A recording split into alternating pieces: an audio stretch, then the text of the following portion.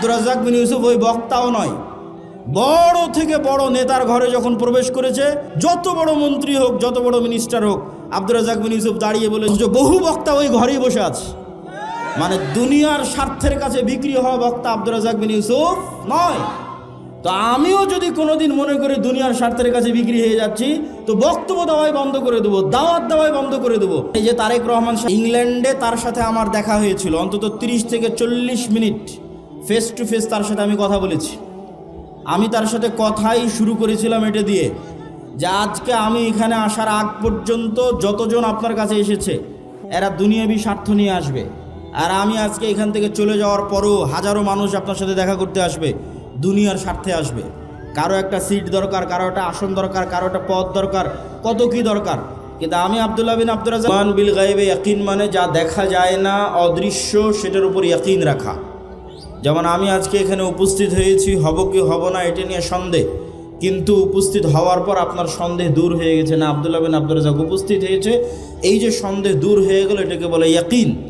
তো আমাকে দেখে, আমার বক্তব্য শুনে আপনার মধ্যে যেই মানের বিশ্বাস কাজ করতেছে, এখন এই জায়গায় যে ফেরেশতারাও উপস্থিত আছে, এটার উপর যেই দিন ওই মানের বিশ্বাস কাজ করবে, সেই দিন বিজয়ের রাস্তা শুরু হয়ে যাবে।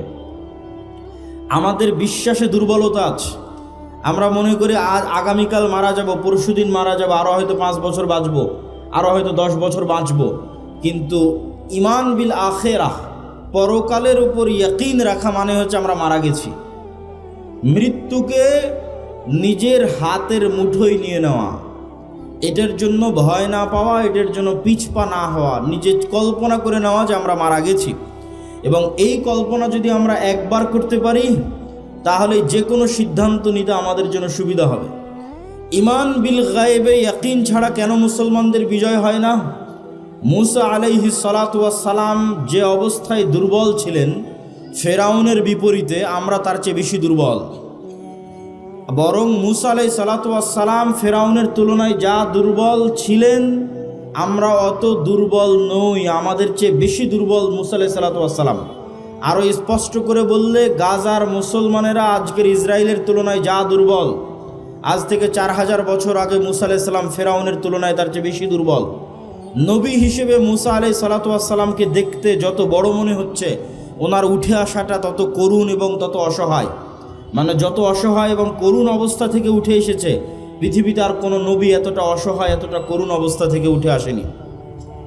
তো মুসা আলাইহিস সালাতু ওয়াস সালাম যে বিজয়ী হচ্ছেন, ফেরাউন যে পরাজিত হচ্ছে, এটার একটাই রাস্তা, সেটা যে ইমান বিল গায়বে ইয়াকিন। মুসা আলাইহিস সালাতু ওয়াস সালামের হাতের লাঠি যখন সাপে পরিণত করে দিলেন আল্লাহ, এটার মাধ্যমে মুসা আলাইহিস সালামের যখন ইয়াকিন তৈরি হলো আল্লাহর শক্তি, আল্লাহর ক্ষমতার উপর, তখন ওনার অন্তরে এই বিশ্বাস ঢুকে গেল যে লা হাওলা ওয়ালা কুওয়াতা ইল্লা বিল্লাহ।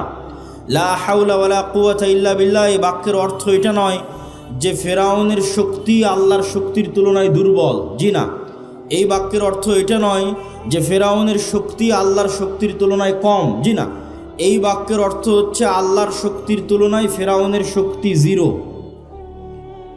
যেই দিন মুসা আলাইহিস সালামের অন্তরে এই বিশ্বাস তৈরি হয়ে যাবে, সেই দিন মুসা আলাইহিস সালাম ফেরাউনকে দাওয়াত দিতে পারবে, ফেরাউনের মুখোমুখি হতে পারবে, বিক্রি হবে না, আল্লাহর উপর ভরসা রাখতে পারবে। তো আপনার অন্তরে যেই দিন এরকম বিশ্বাস তৈরি হয়ে যাবে যে আমেরিকা এবং ভারতের শক্তি আল্লাহর শক্তির তুলনায় কম না, আল্লাহর শক্তির তুলনায় দুর্বল, জি না, আল্লাহ সুবহানাহু ওয়া তাআলার শক্তির তুলনায় 0, শূন্য, এই বিশ্বাস যেই দিন অর্জন করে নিতে পারবেন, সেই দিন বিজয়ের রাস্তা শুরু। এই বিশ্বাসের নামই হচ্ছে ইমান বিল গায়বে ইয়াকিন। না দেখা অদৃশ্য জগৎকে যেন চোখে দেখতে পাচ্ছি। লিনুরিয়াহু মিন আয়াতিনা, মুহাম্মদ সাল্লাল্লাহু আলাইহি ওয়াসাল্লামকে মেরাজের সফর করানো হয়েছে আল্লাহর নিদর্শন দেখানোর জন্য। যে জান্নাতের কথা শুনতা, ওই জান্নাত চোখে দেখো, যে জাহান্নামের কথা শুনতা, ওই জাহান্নাম চোখে দেখো। তাহলে আমরা ইমানের যে 6টা অধ্যায় পড়ি, এই 6টার ওপর যেই দিন আমাদের বিশ্বাস ইয়াকিনের পর্যায়ে চলে যাবে, যেন আমরা দেখতে পাচ্ছি, ওই দিন আমাদের মুক্তির রাস্তা শুরু। তার মধ্যে যেই উদাহরণ দিয়ে আলোচনা শুরু করেছি, ফেরেশতাদের অস্তিত্ব, যে আপনার এখানে উপস্থিতির চেয়ে বেশি সত্য যে এখানে ফেরেশতারা আছে, আমার উপস্থিতির চেয়ে বেশি সত্য যে এখানে ফেরেশতারা আছে। এই পর্যায়ের যেদিন ইয়াকিন অর্জন হবে, যেন আপনি ফেরেশতাদের দেখতে পাচ্ছেন, যেন আপনি জান্নাত জাহান্নাম দেখতে পাচ্ছেন, যেন আপনি বিশ্বাস করে নিয়েছেন যে আপনি মারা গেছেন, সেই দিন আর মুসলমানেরা বস্তুবাদী থাকবে না। মুসলমানদের পিছিয়ে থাকার সবচেয়ে বড় কারণ হচ্ছে মুসলমানেরা বস্তুবাদী, দুনিয়াকে সামনে রেখে সিদ্ধান্ত নেয়, পরকালকে সামনে রেখে সিদ্ধান্ত নেয় না। পরকালকে সামনে রেখে সিদ্ধান্ত না নেওয়ার কারণেই ন্যায়পরায়ণতা, আমানতদারিতায় ঘাটতি তৈরি হয়, যেটা আমাদের বক্তব্যের 4 নম্বর পয়েন্টে আছে। পয়েন্ট নাম্বার 2, আল্লাহর সাহায্য ছাড়া ইসলাম এবং মুসলমানদের বিজয় হয় না। রাসূলুল্লাহ সাল্লাল্লাহু আলাইহি ওয়াসাল্লাম সর্বশেষ এবং সর্বশ্রেষ্ঠ নবী হওয়ার পরেও, সর্বশ্রেষ্ঠ রাসূল হওয়ার পরেও তিনি একটা যুদ্ধেও ততক্ষণ বিজয় লাভ করতে পারেননি যতক্ষণ কার সাহায্য না পেয়েছেন? আল্লাহর সাহায্য। দলিল, বদরের যুদ্ধের দিন রাসূলুল্লাহ সাল্লাল্লাহু আলাইহি ওয়াসাল্লাম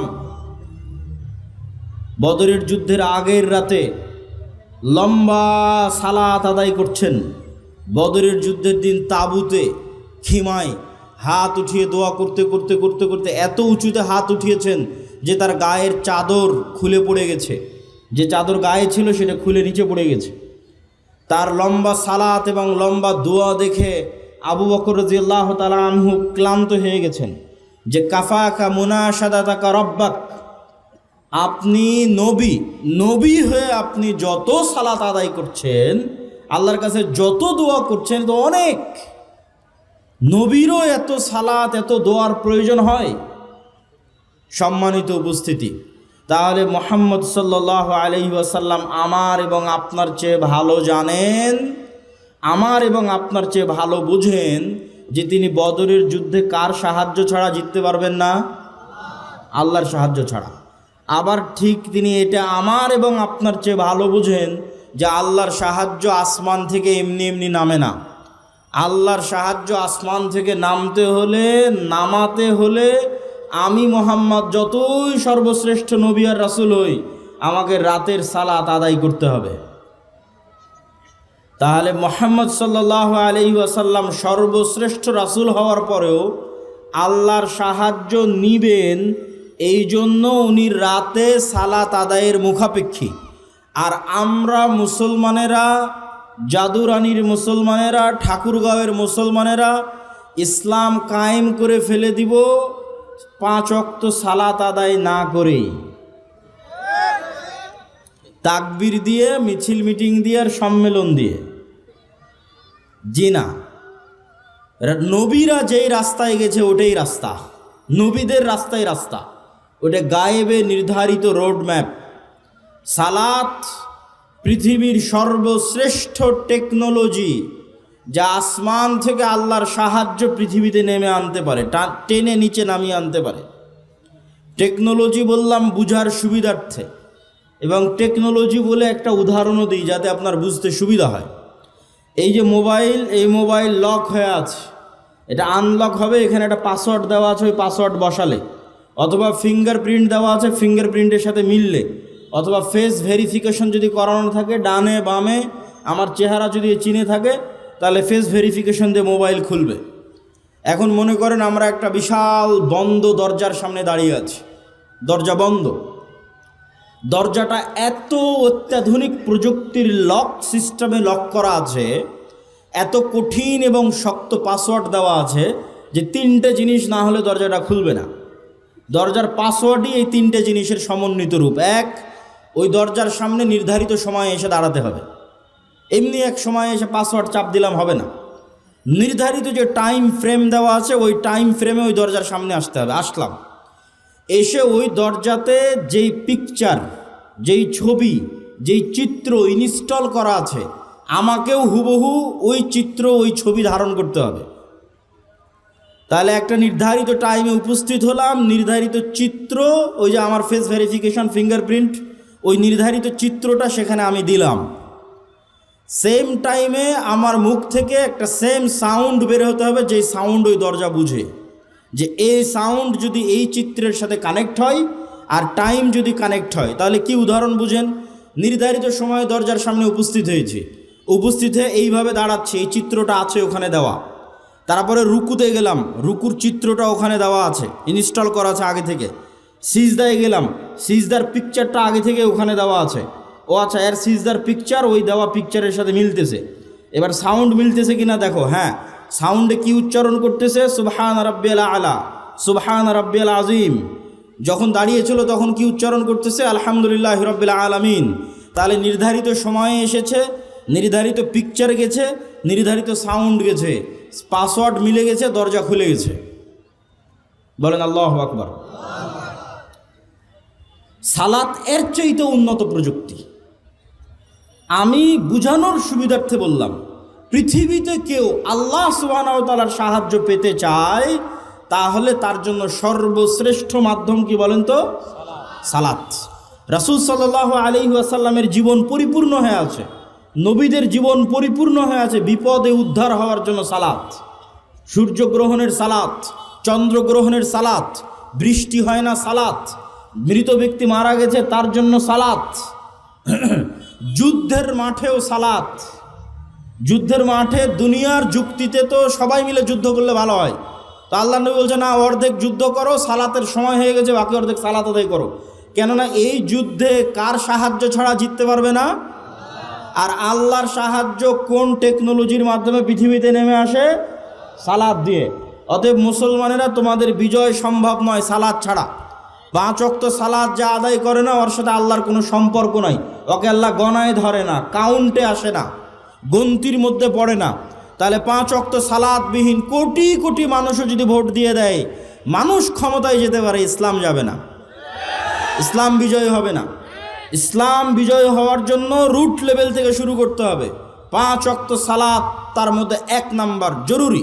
5 ওয়াক্ত সালাত দিয়ে আসমান থেকে আল্লাহর সাহায্য নেমে আসে। আল্লাহর সাহায্য আসমান থেকে নেমে আসে আর একটা বড় ইবাদত, তার নাম জিকির। সকাল সন্ধ্যার জিকির, সকাল সন্ধ্যার জিকির দিয়ে আল্লাহ সুবহানাহু ওয়া তাআলার সাহায্য পৃথিবীতে নেমে আসে, অথবা শুধু জিকির দিয়ে। এই জিকিরও এক প্রকার টেকনোলজি, বুঝানোর সুবিধার্থে বলতেছি, যাতে আপনি জিকির করতে উদ্বুদ্ধ হন, যাতে আপনার জিকির করতে ভালো লাগে, এই জন্য বুঝাচ্ছি। এই যে আজকে আমার সামনে ক্যামেরা আছে, মোবাইল আছে, এগুলো সব লাইটের ওয়েভ, আলোর যে তরঙ্গ আছে, ওইটার উপর আধুনিক সভ্যতা দাঁড়িয়ে আছে। আমি মোবাইলে কথা বলছি, আমার কথা আমেরিকা চলে যাচ্ছে লাইভ দিয়ে, এখন মানুষ আমেরিকায় বসে শুনতেছে। মেসেজ দিচ্ছি, ইন্টারনেট চালাচ্ছি, এই পুরো সভ্যতাটা দাঁড়িয়ে আছে আলোর ওয়েভ তরঙ্গের উপর।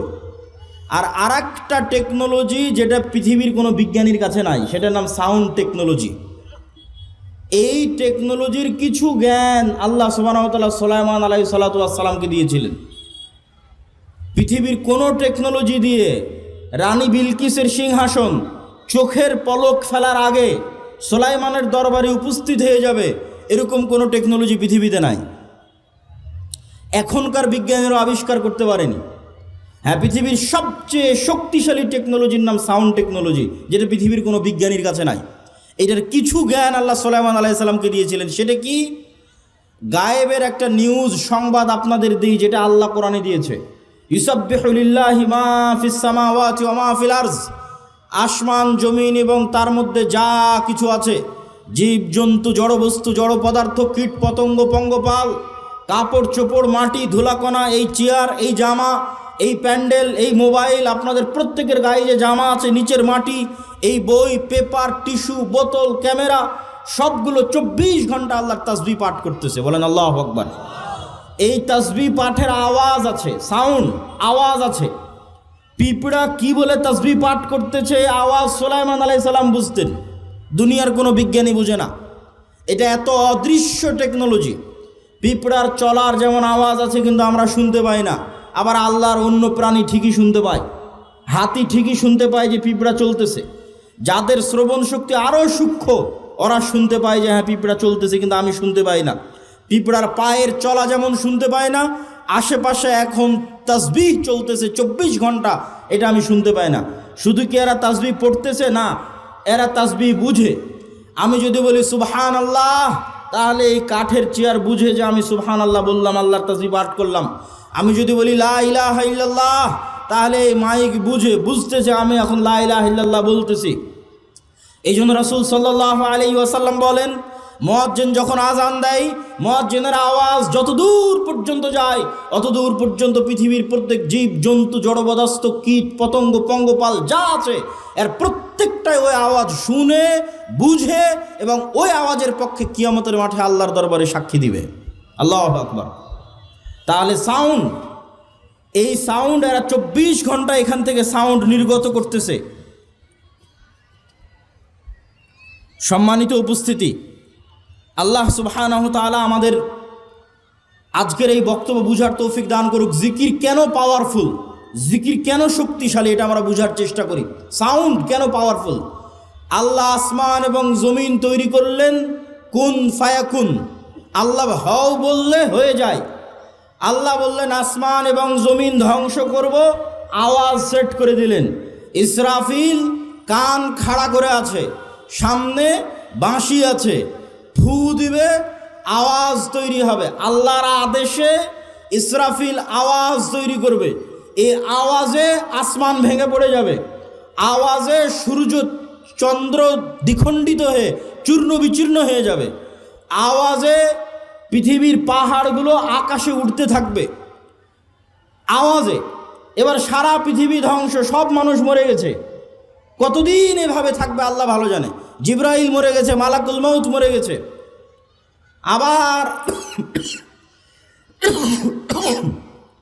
আবার আর একটা আওয়াজ হবে, সেই আওয়াজে পৃথিবীর সব মানুষ জীবিত হয়ে উঠবে। আওয়াজ কত পাওয়ারফুল হতে পারে যে আওয়াজে সব ধ্বংস হয়ে গেল, আবার আওয়াজে সব জীবিত হয়ে উঠতেছে। আওয়াজ এত পাওয়ারফুল।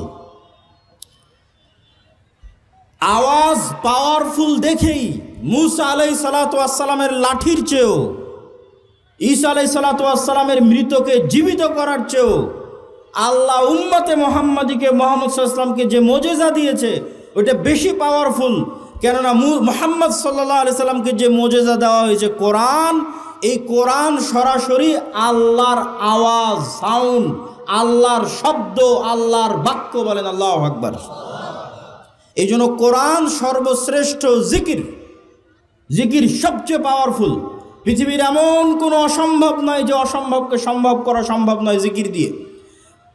আল্লাহ সুবহানাহু ওয়া তাআলা মুসা আলাইহিস সালামকে যখন দায়িত্ব দিলেন ফেরাউনের কাছে যাওয়ার জন্য, লাঠি দিলেন, বগলের নিচে হাত দিয়ে বের করলেন, হাত জলজল করলো। আল্লাহ মুসাকে বললেন তোমার মুখের তোতলা ছিল ভালো করে দিলাম, তবে হ্যাঁ ওয়ালা তানিয়া ফি জিক্রি, আমাকে যদি স্মরণ করতে ভুলে যাও একটাও কাজ করবে না। কল্পনা করেন, ঘটেনি, কল্পনা করেন মুসা আলাইহিস সালাম আজ 1 সপ্তাহ থেকে সালাত আদায় করে না, 1 সপ্তাহ থেকে মুসা আলাইহিস সালাম আর আল্লাহর জিকির করে না। কল্পনা করেন। এখন 7 দিনের দিন মুসা আলাইহিস সালাম 1 সপ্তাহ থেকে সালাত আদায় না করে, জিকির না করে এখন লাঠি ছাড়ে, লাঠি আর সাফ হয় না।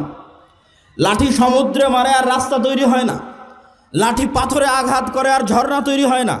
সব ডিঅ্যাক্টিভেট হয়ে গেছে। ফেসবুকের অ্যাকাউন্ট যেমন ডিঅ্যাক্টিভেট হয়ে যায়, হোয়াটসঅ্যাপ যেমন ডিঅ্যাক্টিভেট হয়ে যায়, ডিঅ্যাক্টিভেট হয়ে গেছে। ওইটা অ্যাক্টিভেট থাকবে কিভাবে? কলব, পৃথিবীর সর্বোন্নত প্রযুক্তির মেশিন কলব, এইটা যখন জিকিরের মাধ্যমে আল্লাহর সাথে কানেক্টেড। আল্লাহ মুসাকে বলছে ওয়ালা তানিয়া ফি জিক্রি, লাঠি দিয়েছি, জিহ্বা ঠিক করে দিয়েছি, বগলের নিচ দিয়ে হাত বের করলে আলো হয়, ভাইকে দিয়েছি সকল শক্তি ক্ষমতা সাহায্য সব থাকবে। তোমার অন্তর যদি আল্লাহর সাথে জিকিরে কানেক্টেড থাকে তো লাঠি সমুদ্রে মারলে রাস্তাও তৈরি হবে, লাঠি পাথরে আঘাত করলে ঝর্ণাও তৈরি হবে। যত টেকনোলজি তোমাকে দেওয়া আছে সব অ্যাক্টিভেট থাকবে, কেননা তুমি আল্লাহর সাথে জিকিরের মাধ্যমে কানেক্টেড ছিল। বলেন আল্লাহু আকবার। এই জন্য জিকির সবচেয়ে পাওয়ারফুল টেকনোলজি। জাকারিয়া আলাইহিস সালাতু ওয়াস সালাম বলেন আল্লাহ আমার সন্তান দরকার। আল্লাহ বললেন সন্তান হবে। জাকারিয়া আলাইহিস সালাতু ওয়াস সালাম নিজেই বিশ্বাস করতে পারেন না সন্তান হবে। বলেন আল্লাহ আলামত বলেন। আল্লাহ বলেন আলামত হচ্ছে সকাল সন্ধ্যায় জিকির করবে, এটাই আলামত, এটা দিয়েই তোমার সন্তান হবে। এই বার্ধক্য বয়সী বন্ধা স্ত্রীর সন্তান হয়ে যাবে আল্লাহর জিকিরের মাধ্যমে, সকাল সন্ধ্যার জিকিরের মাধ্যমে। সম্মানিত উপস্থিতি, তাহলে আমাদের 3 নাম্বার পয়েন্ট শেষ। 1, মুসলমানদের বিজয়ের জন্য ঈমান বিল গায়বে ইয়াকিন লাগবে। 2, আল্লাহর সাহায্য ছাড়া বিজয় হয় না। 3, আল্লাহর সাহায্য পৃথিবীতে আনার জন্য সালাত লাগবে, জিকির লাগবে, ইবাদত লাগবে। নামাজ না পড়ে, নবী রাসূলের সুন্নাতের অনুসরণ না করে কেউ বলবে আমি ইসলাম এবং মুসলমানদের বিজয় করব, কালেমার পতাকা বিজয় করব, আর নিজের উপকার হতে পারে, ইসলাম এবং মুসলমানদের বিজয় হবে না। আর 2টা পয়েন্ট দিয়ে বক্তব্য শেষ। তারপরে যদি আপনাদের কোনো প্রশ্ন উত্তর থাকে 5 মিনিট প্রশ্ন উত্তর, তারপরে পাগড়ি পরিধান। 2টা কি? সত্যবাদিতা, ন্যায়পরায়ণতা, জ্ঞান এবং শিক্ষা। এই যেমন মোবাইল তৈরি করেছে, এই মোবাইল যারা তৈরি করেছে, এই মোবাইলের একটা বাটন আছে ফ্ল্যাশ লাইট জ্বালানোর জন্য।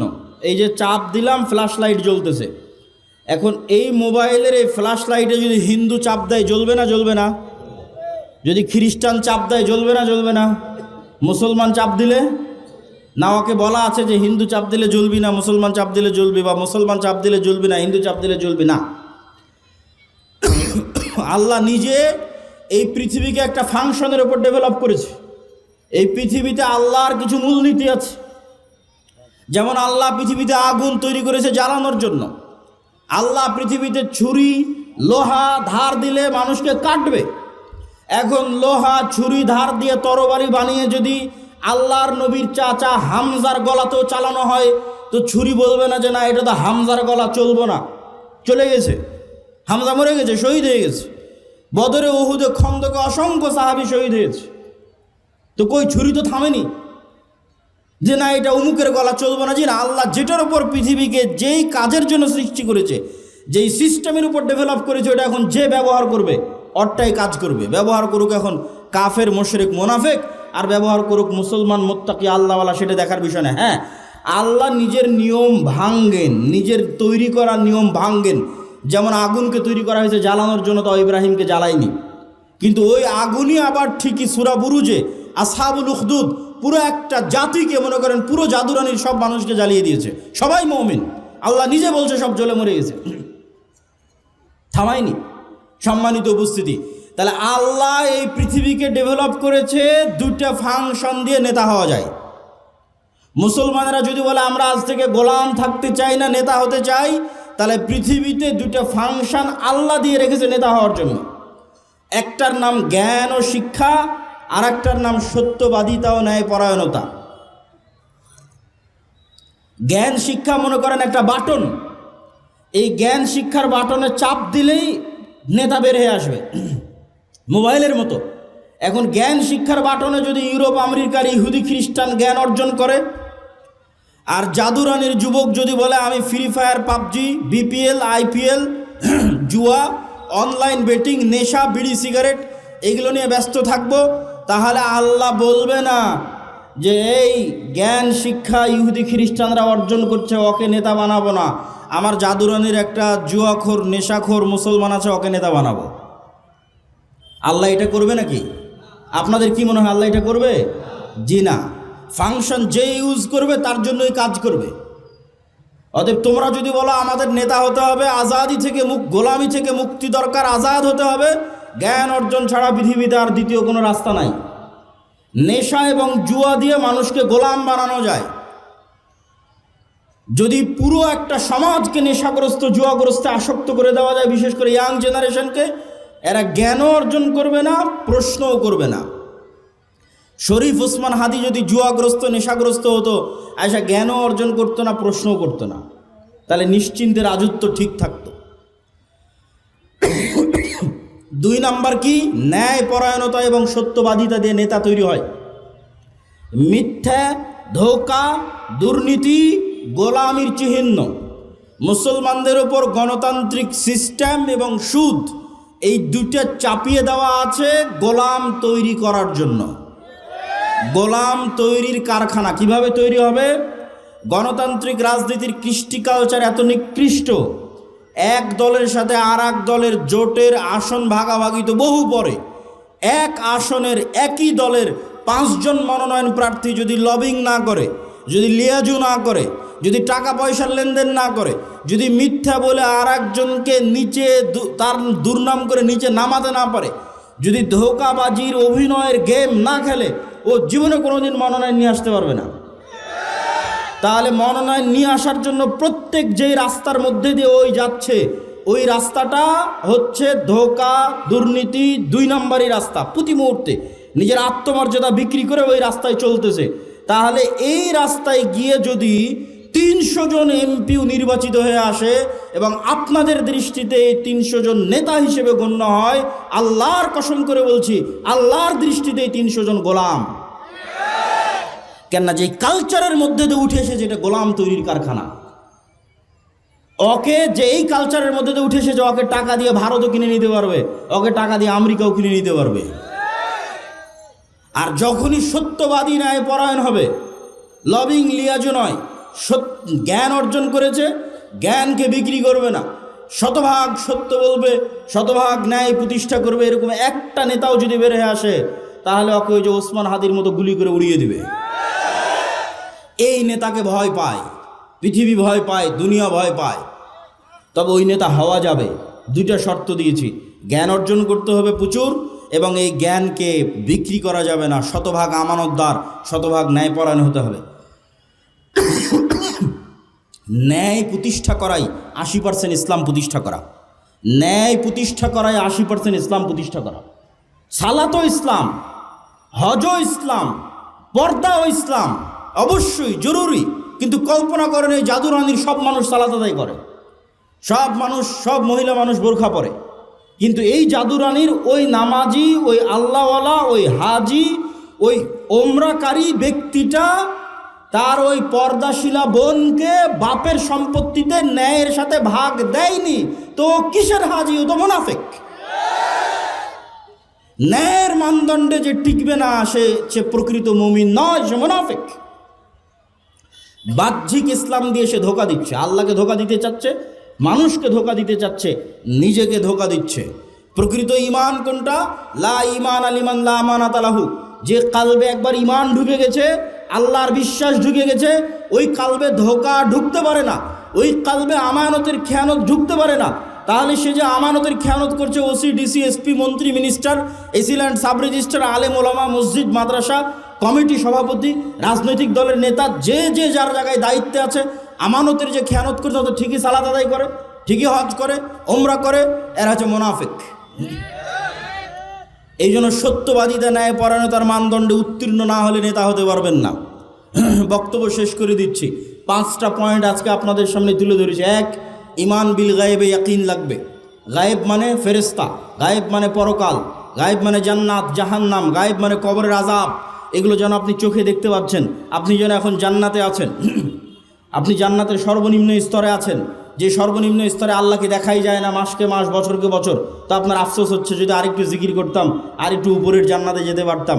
তথা দুনিয়ার জীবন কিছুই নয়, এটা সফরের মধ্যে একটা বিরতি মাত্র। আজকে ঢাকা থেকে বিমান হয়ে জাদুরানিতে এসেছি, এই আধা ঘন্টা আমার জাদুরানিতে থাকা আর পৃথিবীতে 60 বছর থাকা সমান।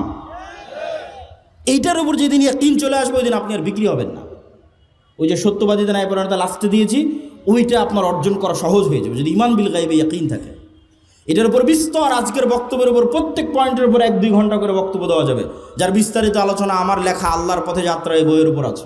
এটা 36শে জুলাই 5 আগস্টের পর বিভিন্ন রাজনৈতিক অরাজনৈতিক দল সংগঠনের কাছে ঘুরতে ঘুরতে যখন দেখলাম যে মুসলমানরা মনে করে নিয়েছে দুনিয়ার রাস্তা একমাত্র রাস্তা, এদের আল্লাহর সাহায্যের উপর ভরসা নাই, আল্লাহর সাহায্য নেওয়ার চেষ্টাও করে না, ঈমান বিল গায়বে ইয়াকিন নাই, তখন এই বইটা লেখা যে আগে মুসলমানদের ঈমান বিল গায়বে ইয়াকিন তৈরি করতে হবে। ঈমান বিল গায়বে ইয়াকিন, আল্লাহর সাহায্য ছাড়া বিজয় হয় না। দুনিয়ার শক্তি, যদি আপনি পারমাণবিক শক্তিরও মালিক হন, বিজয় অর্জন করতে পারবেন না যদি আল্লাহর সাহায্য না থাকে। মুহাম্মদ সাল্লাল্লাহু আলাইহি ওয়াসাল্লাম পারেনি। আল্লাহর সাহায্যের জন্য সালাত আদায় করা মুহাম্মদ সাল্লাল্লাহু আলাইহি ওয়াসাল্লামকে লাগে। তুমি কে? তুমি কে? মুহাম্মদ সাল্লাল্লাহু আলাইহি ওয়াসাল্লাম 5 ওয়াক্ত সালাতের উপরে রাতের সালাত আদায় করতেছে, কাঁদতেছে, দোয়া করতেছে, আল্লাহর সাহায্য নেবে। তুমি 5 ওয়াক্ত সালাত আদায় না করে বিজয়ী হয়ে যাবে, তুমি কে?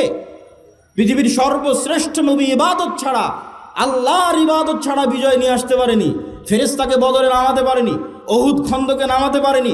যতক্ষণ না আল্লাহর কাছে সাহায্য চেয়েছে, সালাতে দাঁড়িয়েছে, তখন আল্লাহ সুবহানাহু ওয়া তাআলা নবীর দোয়া শুনে, নবীর চাওয়া পূরণ করে, তখন আল্লাহ ফাস্তাজাবা লাকুম রাব্বুকুম আন্নী মুমিদ্দুকুম বিআলফিন মিনাল মালাইকাতি মুরদিফিন।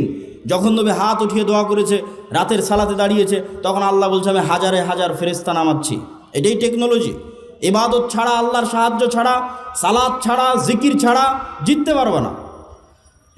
আর পরের দুটো কি? সত্যবাদিতা এবং জ্ঞান। ধরো 500 যুবক, আজকে জাদুরানি থেকেও যদি 500 যুবক বের হয় যে না আমি ইসলাম প্রতিষ্ঠা করতে চাই, বাংলাদেশকে স্বাধীন করতে চাই, বাংলাদেশ শুধু বা ইসলাম নয়, সারা বিশ্বে ইসলাম প্রতিষ্ঠা করতে, শুধু বাংলাদেশে নয়, তাহলে সর্বোচ্চ জ্ঞান অর্জন করতে হবে। সর্বোচ্চ জ্ঞানের পাশাপাশি শতভাগ সত্যবাদিতা, আমানতদারিতে থাকতে হবে। নাহলে তুমি লন্ডন থেকে ডক্টরেট ডিগ্রি নিয়ে এসেও যেই কোম্পানি তোমাকে টাকা দিবে ওই কোম্পানির তুমি ওষুধ লিখবা, মানে বিক্রি হয়ে গেছো। তাহলে সর্বোচ্চ জ্ঞান, সর্বোচ্চ সত্যবাদিতা, ন্যায়পরায়ণতা, এই দুইটা যখন এক হয়ে যাবে তখন পৃথিবী তোমাকে হুমকি মনে করবে, বাংলাদেশের রাজনৈতিক দলগুলো তোমাকে হুমকি মনে করবে, ভারত আমেরিকা তোমাকে হুমকি মনে করবে, তখন তোমাকে ধ্বংস করে দিতে চাইবে, হত্যা করতে চাইবে ওসমান হাদির মতো। তখন বাঁচবা কীভাবে? তখন আগের তিনটা লাগবে, ঈমান বিল গায়বে ইয়াকিন লাগবে, সকাল সন্ধ্যার জিকির লাগবে, রাতের সালাত লাগবে। তাহলে আল্লাহ স্পেশাল ফেরেশতার ফোর্স দিবে তোমার সাথে, তোমাকে রক্ষা করার জন্য। বলেন আল্লাহু আকবার। আল্লাহর সাহায্য লাগবে। এবার যখন আল্লাহ তোমাকে সাহায্য করে দিয়েছে, তখন কিসের আমেরিকা, কিসের ভারত, কিসের রাজনৈতিক দল, পৃথিবীর এমন কোনো শক্তি নাই যে তোমার বিজয় থামাতে পারে, বিজয় ঠেকাতে পারে। বলো ইনশাআল্লাহ। অতএব যুবকেরা, তোমরা প্রস্তুত তো জ্ঞান অর্জন করতে, সালাত আদায় করতে, শিখতে প্রস্তুত তো? আল্লাহ সুবহানাহু ওয়া তাআলা তোমাদের কবুল করুক। এই বলে আমার আজকের সংক্ষিপ্ত বক্তব্য এখানেই শেষ করছি। আসসালামু আলাইকুম ওয়া রাহমাতুল্লাহি ওয়া বারাকাতুহু। কিছু প্রশ্ন আছে, 5 মিনিট।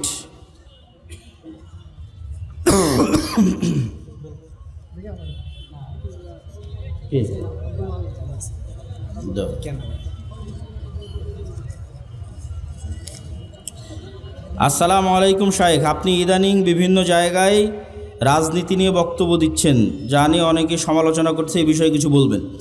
যতগুলো প্রশ্ন আসছে তার মধ্যে এটা অনেক গুরুত্বপূর্ণ একটা প্রশ্ন। এটা নিয়ে 2 মিনিট বলে আমাদের যেহেতু সালাতের প্রস্তুতি নিতে হবে, বক্তব্য শেষ করি। আসলে ও আচ্ছা, বই পুস্তক কালো গাড়িতে আছে, আল্লাহর পথে যাত্রা যে বইয়ের কথা বলতেছিলাম, যেটাতে আজকের পুরো বক্তব্য আছে, জিকিরের উপর বিস্তারিত আলোচনা আছে, সব আছে, ফেরেশতাদের আলোচনা আছে, গাড়িতে বইগুলো পাবেন।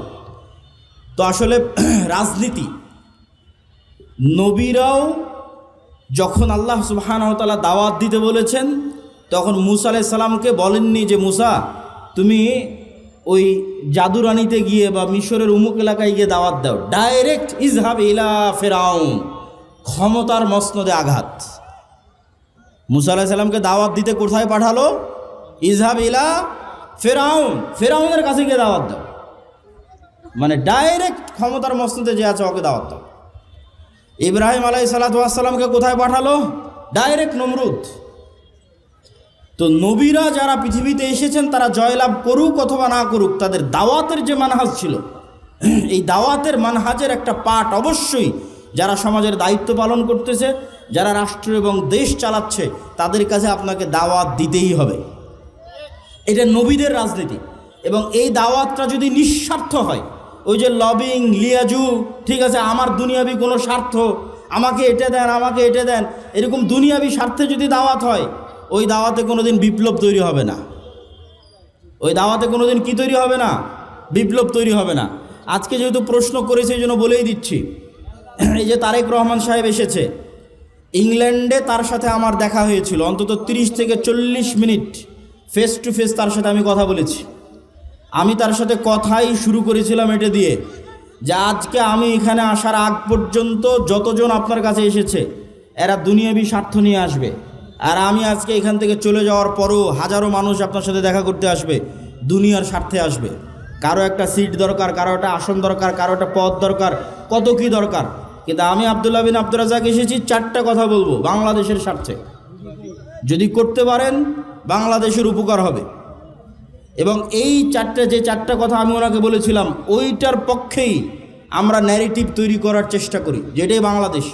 ওনাকে বলেছিলাম, 1 নাম্বার, মুসলমানেরা যে 190 বছর ব্রিটিশ বিরোধী সংগ্রাম করলে আর স্বীকৃতি কোথায়? 1797 সালের 23শে জুন থেকে 1947-এর 14 বা 15 আগস্ট পর্যন্ত 190 বছর ভারতের মুসলমানেরা, ঠিকই ভারতের হিন্দু এবং মুসলমানেরা সবাই যে ব্রিটিশ বিরোধী আন্দোলন করেছে তার স্বীকৃতি আছে। পাকিস্তানের মুসলমানেরা যে ব্রিটিশ বিরোধী আন্দোলন করেছে তার স্বীকৃতি আছে। তো বাংলাদেশের মুসলমানেরা কি করেনি? তিতুমির কে তাহলে? হাজি শরীয়তুল্লাহ কে তাহলে? এখানে যে ব্রিটিশ বিরোধী 1857-তে যে হাজার হাজার মুসলমান জীবন দিল, তাদের স্বীকৃতি কই? অতএব 1947-এর রাষ্ট্রীয় স্বীকৃতি দিতেই হবে। 1947 নাই মানে এই দেশে মুসলমানদের 190 বছরের ব্রিটিশ বিরোধী আন্দোলনের কোনো স্বীকৃতি নাই। বাংলাদেশ 1971 শুরু হয়নি, ওটা ডাহা মিথ্যা কথা। 71 বাংলাদেশের একটা পার্ট, কিন্তু বাংলাদেশের শুরু অনেক আগে। ওর ধারাবাহিকতায় আপনাকে আসতে হবে, তার একটা পার্ট 47, এটা একটা ওনাকে বলেছি। আর একটা ওনাকে বলেছি বাঙালি জাতীয়তাবাদের নামে বাংলাদেশে হিন্দুয়ানি জাতীয়তাবাদ, হিন্দুত্ববাদী জাতীয়তাবাদ এবং হিন্দুয়ানি কৃষ্টি কালচার কলকাতার দাদা বাবুদের বাঙালি জাতীয়তাবাদের নামে ঢুকানো হয়। এই বাঙালি জাতীয়তাবাদের নামে হিন্দুত্ববাদী কৃষ্টি কালচারের মূলোৎপাটন করতে হবে। বাংলাদেশের নিজের সংস্কৃতি কৃষ্টি কালচার প্রমোট করতে হবে, যেটা ওসমান হাদি বলেছে যে কালচারাল ফ্যাসিজমের বিরুদ্ধে আমাদেরকে লড়াই করতে হবে, যে কারণে সে নিজের তাকে জীবনও দিয়ে দিতে হলো। 3 নাম্বার বলেছি বাংলাদেশে জাতির পিতা বলে কিছু থাকা যাবে না। আগে যারা ছিল তাদের জাতির পিতা ছিল শেখ মুজিবুর রহমান। আপনারা আসবেন, আপনারা এসে বলবেন জাতির পিতা জিয়াউর রহমান, এটা চলবে না। আপনি এতটুকু করতে পারেন, এই পুরো বাংলাদেশ তৈরিতে যাদের অবদান আছে তাদের সবাইকে সমান একটা মর্যাদার জায়গায় দিতে পারেন। ফাউন্ডার ফাদার্স এরকম একটা মর্যাদার জায়গায় দিতে পারেন, যেখানে শেরে বাংলা একে ফজল হকও থাকবে, হোসেন শহীদ সোহরাওয়ার্দীও থাকবে। এই অঞ্চলের মুসলমানদের যে ধারাবাহিক আন্দোলনের স্বীকৃতি আছে সেটার স্বীকৃতি থাকবে। 4 নাম্বার বলেছি অত্র অঞ্চলে ভারতীয় আধিপত্যের যে হেজিমনি, কালচারাল হেজিমনি, তার যতগুলো চিহ্ন আছে তার মধ্যে একটা বড় চিহ্ন হচ্ছে রবীন্দ্রনাথ ঠাকুরের শিরকি জাতীয় সঙ্গীত। এই জাতীয় সঙ্গীত বাদ দিয়ে দিতে হবে। তো আমরা দাওয়াত দেই, আমরা কথা বলি, দুনিয়াবি কোনো স্বার্থ নয়। আলহামদুলিল্লাহ, আলহামদুলিল্লাহ, দুনিয়াবি কোনো স্বার্থ নয়। এবং বিশ্বাস করি যে বাংলাদেশে একদিন পূর্ণাঙ্গ বিপ্লব করা সম্ভব। আমি পূর্ণাঙ্গ বিপ্লবের স্বপ্ন দেখি চীন মৈত্রী সম্মেলনে, যেখানে বাংলাদেশের সকল রাজনৈতিক দলের নেতারা ছিল। ওখানে আমার 7 মিনিটের বক্তব্য শুনে দেখিও আমি পূর্ণাঙ্গ বিপ্লবের ডাক দিয়েছি। তাতে 30 বছর লাগুক, 50 বছর লাগুক, কিন্তু বাংলাদেশে সম্ভব। কেন সম্ভব? যদি সম্ভব না হতো আমি বলতাম না। বাংলাদেশে কয়েকটা কারণে সম্ভব। বাংলাদেশের 90% মানুষের ভাষা বাংলা, বাংলাদেশের 90% মানুষের ধর্ম ইসলাম। যদি এরকম হতো চিটাগাংয়ের ভাষা হিন্দি, রাজশাহীর ভাষা বাংলা, ঠাকুরগাঁয়ের ভাষা পাঞ্জাবি, আর সিলেটের ভাষা হচ্ছে এই কী বলে ওর নাম, আর একটা ভাষা ধরলাম গুজরাতি অথবা ধরলাম বিহারি, তাহলে আমি বলতাম না বাংলাদেশে বিপ্লব সম্ভব নয়। আবার যদি দেখতাম না এখানে অর্ধেক পাঠান বাস করে, অর্ধেক পাঞ্জাবি বাস করে, অর্ধেক উমুক বাস করে না, তাহলে আমি বলতাম এখানে বিপ্লব সম্ভব নয়। আবার যদি দেখতাম এখানে 50% মানুষ হিন্দু, 50% মানুষ এখানে খ্রিস্টান, বিপ্লব সম্ভব নয়। বাংলাদেশে যে কোনো একটা আদর্শের উপর বিপ্লব খুবই সম্ভব, কেননা এখানে 90% মানুষের ভাষা বাংলা, বলে বাংলা, লেখে বাংলা, সংস্কৃতি বাংলা। আবার 90% মানুষই ইসলামে বিশ্বাস করে। ফলত এখানে আলাদা কোনো বিভেদ নাই। এখানে 20% মানুষও যদি তৈরি হয় যারা ইমান বিল গায়েবে ইয়াকিন রাখবে, আজকের যে কথা বলেছি, আজকের যে থিওরি দিয়েছি, এবং সামনে এটার উপর আরও অনেক কাজ এবং গবেষণা এবং লিখিত দ্বিতীয় আর একটা বই আসবে আল্লাহর পথে যাত্রার উপর। আমি ওই পূর্ণাঙ্গ বিপ্লবে বিশ্বাস করি। কারো কাছে কোনো এক রাজনৈতিক দলের কাছে বিক্রি হয়ে গেলাম রাজনীতির কথা বলতে গিয়ে, আলহামদুলিল্লাহ আব্দুর রাজ্জাক বিন ইউসুফের ছেলে ওই জন্য ইনশাআল্লাহ জন্ম হয়নি। আব্দুর রাজ্জাক বিন ইউসুফ ওই বক্তাও নয়। বড় থেকে বড় নেতার ঘরে যখন প্রবেশ করেছে, ছবি মূর্তি থেকেছে, যত বড় মন্ত্রী হোক, যত বড় মিনিস্টার হোক, আব্দুর রাজ্জাক বিন ইউসুফ দাঁড়িয়ে বলেছে ছবি মূর্তি সরাতে হবে, না হলে ঢুকবে না। অথচ বহু বক্তা ওই ঘরেই বসে আছে। মানে দুনিয়ার স্বার্থের কাছে বিক্রি হওয়া বক্তা আব্দুর রাজ্জাক বিন ইউসুফ নয়। তো আমিও যদি কোনোদিন মনে করি দুনিয়ার স্বার্থের কাছে বিক্রি হয়ে যাচ্ছি, তো বক্তব্য দেওয়াই বন্ধ করে দেবো, দাওয়াত দেওয়াই বন্ধ করে দেবো। কিন্তু আব্দুর রাজ্জাক বিন ইউসুফ যে আমানতের, ন্যায়পরায়ণতার এবং যে বিশ্বাসের একটা মানদণ্ড নির্ধারণ করে গেছে, ওইটার সাথে ইনশাল্লাহ খেয়ানত করব না। আল্লাহ যদি আমাকে কবুল করে, তো আমাকে দিয়ে বাংলাদেশে পূর্ণাঙ্গ বিপ্লবের যদি আল্লাহ সুবহানাহু ওয়া তাআলা কবুল করে করুক। আর আল্লাহ সুবহানাহু ওয়া তাআলা যদি কবুল না করে, তো আমার জায়গা থেকে এই দাওয়াতের মধ্যেই সীমাবদ্ধ। আগামী 50 বছর পর বাংলাদেশে এরকম যুবক তৈরি হবে যারা ইসলামী বিপ্লব, পূর্ণাঙ্গ ইসলামী বিপ্লব করবেই করবে। আজ না হলে ঈসা আলাইহিস সালামের যুগে হবে, কিন্তু আমরা বিক্রি হওয়ার মধ্যে নয় ইনশাআল্লাহ। আর ওইভাবে আমাদেরকে আমার মা এবং বাবা বড়ও করেনি, আলহামদুলিল্লাহ। দুনিয়ার কারো কাছে কোনো কিছুর জন্য মুখাপেক্ষী নয়, আলহামদুলিল্লাহ। আল্লাহ সুবহানাহু ওয়া তাআলা যেন এইটার উপর ঈমান পর্যন্ত, মৃত্যু পর্যন্ত থাকার তৌফিক দান করে, আল্লাহুম্মা আমিন। আসসালামু আলাইকুম ওয়া রাহমাতুল্লাহি ওয়া বারাকাতুহু। কেউ সালাত আদায় না করে যাবেন না, জাযাকাল্লাহ খায়র।